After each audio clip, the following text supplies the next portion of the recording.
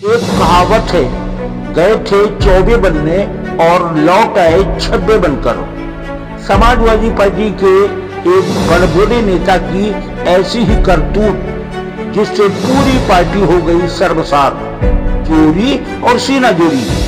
धर्म के सिपह सलार बनकर राजनीति की विषाद पर पूरेंगी इतिहास लिखने वालों का जो हथ होता है, अब उधर ही बढ़ चले हैं आजम की राह एक और भाईजान।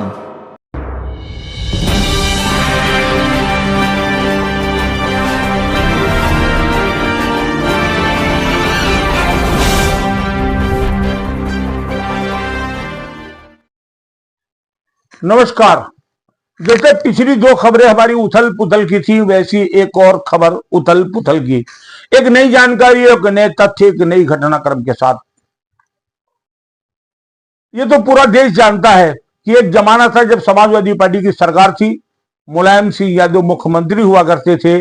कहने को तो मुलायम सिंह मुख्यमंत्री थे, लेकिन दादागिरी आजम खां की चलती थी। आजम खां के बगैर पत्ता नहीं हिलता था। आजम जो चाहते थे वही समाजवादी पार्टी में होता था और मजबूर होकर के मुलायम सिंह यादव को वही करना पड़ता था। इन दोनों एक चित्र बड़ा जबरदस्त चर्चा में है, जब एक माफिया डॉन अपने कुत्ते को लेकर के मुलायम सिंह यादव के साथ आया था और मुलायम सिंह यादव उस माफिया डॉन के कुत्ते से हाथ मिला रहे हैं। बात पुरानी थी, चर्चा आज हो रही है।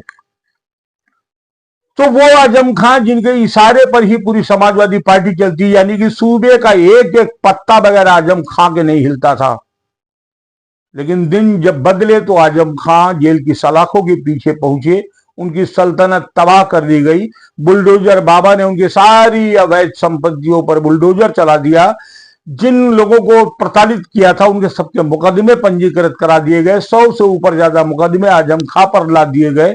आजम खां एक में बेल चल कर आते हैं तो 2 मुकदमे नए लिख जाते हैं और वो एक लंबे समय से 8x8 की दम घुटाऊ कोठरी में जीवन जी रहे हैं। समाजवादी पार्टी उनका पल्लू छोड़ चुका है।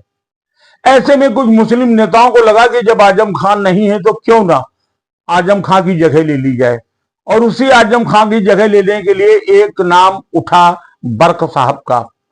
बर्क साहब बड़े तेज तर्रार थे, बहुत तीखे बयान देते थे।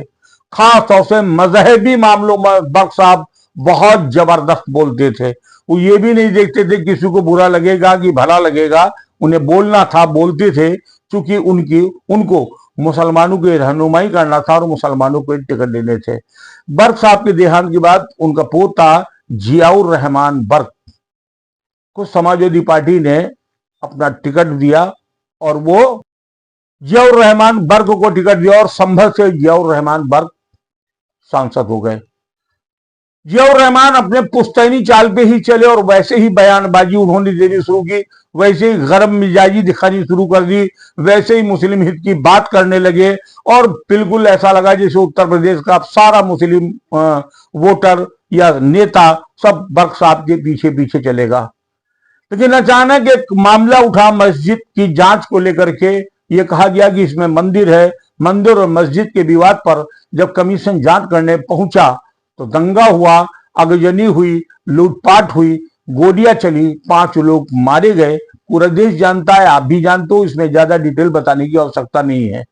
इस पूरे घटनाक्रम में बर्क साहब ने बहुत बढ़ चढ़ करके हिस्सा ले लिया। आरोप तो ये भी लगा कि उन लोगों को इकट्ठा करने में और सब कुछ कराने में बर्क साहब ने बहुत अहम भूमिका अदा की थी, क्योंकि वो वहां के सांसद थे। पुलिस जांच कर रही थी। योगी ने बाबा ने साफ कह दिया था कि जिसने भी पत्थर उठाया वो हाथ बचेगा नहीं, वो हाथ जेल की सलाखों तक जाएगा, और धर पकड़ शुरू कर दी गई।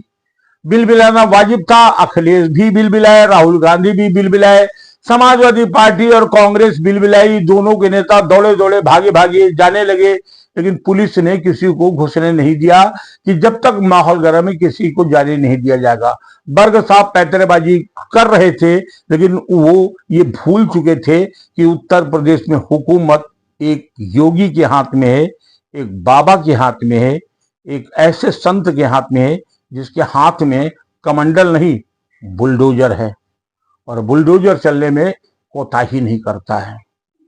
ये भूल चुके थे बर्क साहब। अचानक मामला खुला तो बर्क साहब बिजली की चोरी में पकड़ लिए गए।